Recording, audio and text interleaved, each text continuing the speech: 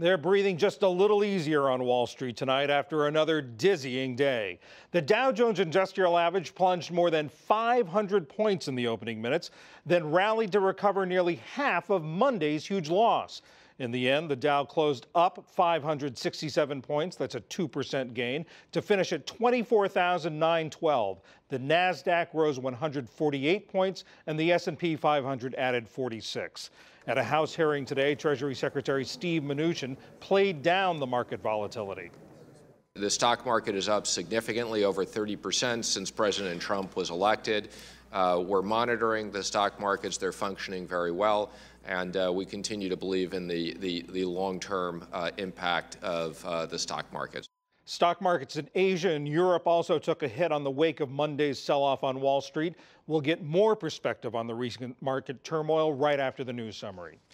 The day's other big story is the latest deadline to avert a new government shutdown. The House and Senate moved on separate tracks today, while President Trump dared Democrats not to cooperate. Lisa Desjardins begins our coverage. In Washington, a tale of two issues, immigration and spending, colliding around one magnetic deadline to fund the government by Thursday night. My guess is that they don't want a government shutdown. We don't want a government shutdown. No one wants a government shutdown. First, spending. They must stop using our troops as pawns in a game of politics. Republicans like Speaker Paul Ryan want to erase defense budget cuts known as budget caps. Their case was bolstered by the defense secretary appearing on the Hill today.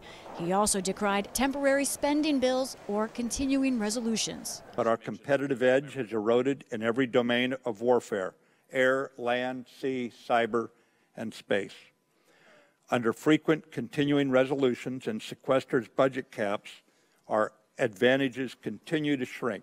House Republicans' bill to avoid a shutdown proposes funding the military through September 30th with a $30 billion increase to avert spending cuts. The rest of government would get a temporary 6 weeks of funds. But this partisan funding bill is a whopping 515 pages long, full of other policies and proposals, many of them meant to jam or pressure the Senate.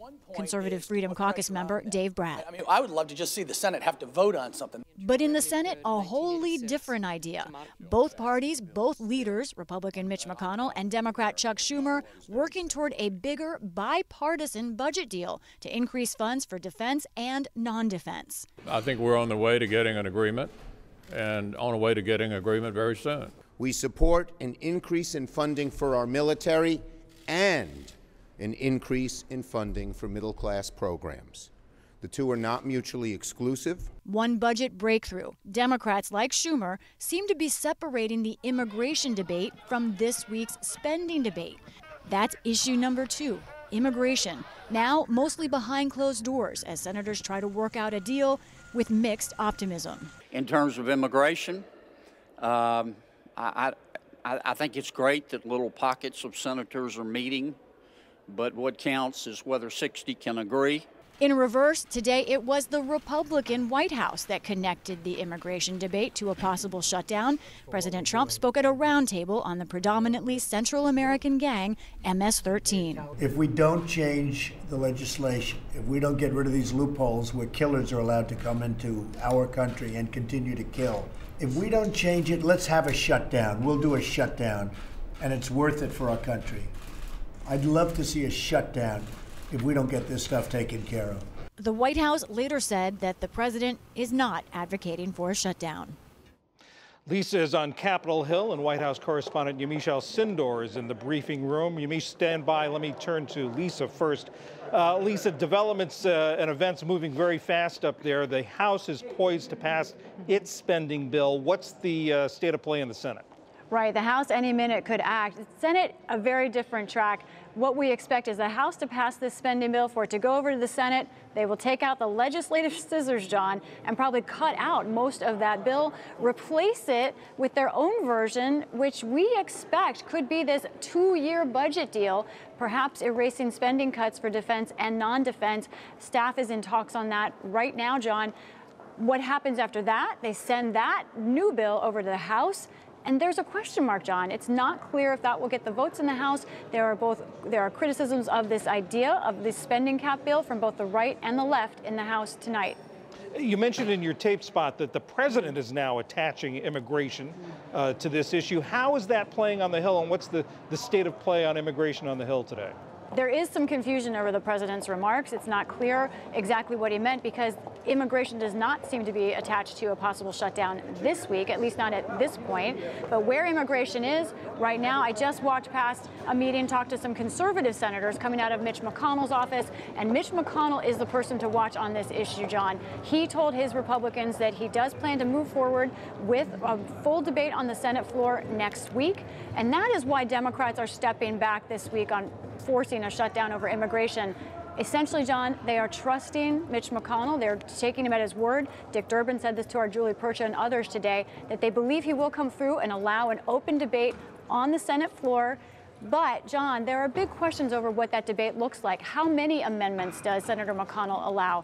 Is it a truly open debate? And then, of course, the big question is, even with all of that, can the Senate come up with a plan with 60 votes?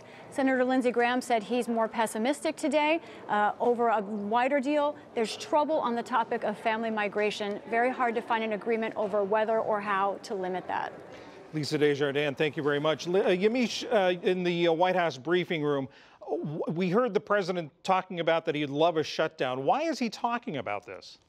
The president is talking about a shutdown for several reasons. The first is that he actually, I think, misunderstood what was going on the Hill today. The Hill is really talking about, and lawmakers there are talking about a spending bill, including military and non-military spending. This is not like the last shutdown where people were really focused on immigration. Democrats were saying that they weren't going to vote for the bill if it didn't include something to do with the DACA kids, the Dreamers, of course, those undocumented kids that were brought here as young people. But this time around, that's just not the case. President Trump, however, really maybe didn't understand that he was sitting in this immigration, this MS-13 roundtable when he made that remark. So maybe that's why immigration was on his mind. The second thing is that he likely thinks that he won the immigration messaging war and the shutdown messaging war the last time the government shut down. He feels good about the fact that when the government was reopened, the Democrats still didn't have their fix to immigration. And as a result, it seems that as though he doesn't really think that a shutdown is going to hurt the Republicans, which is the only reason I can think of why he would put that on the table when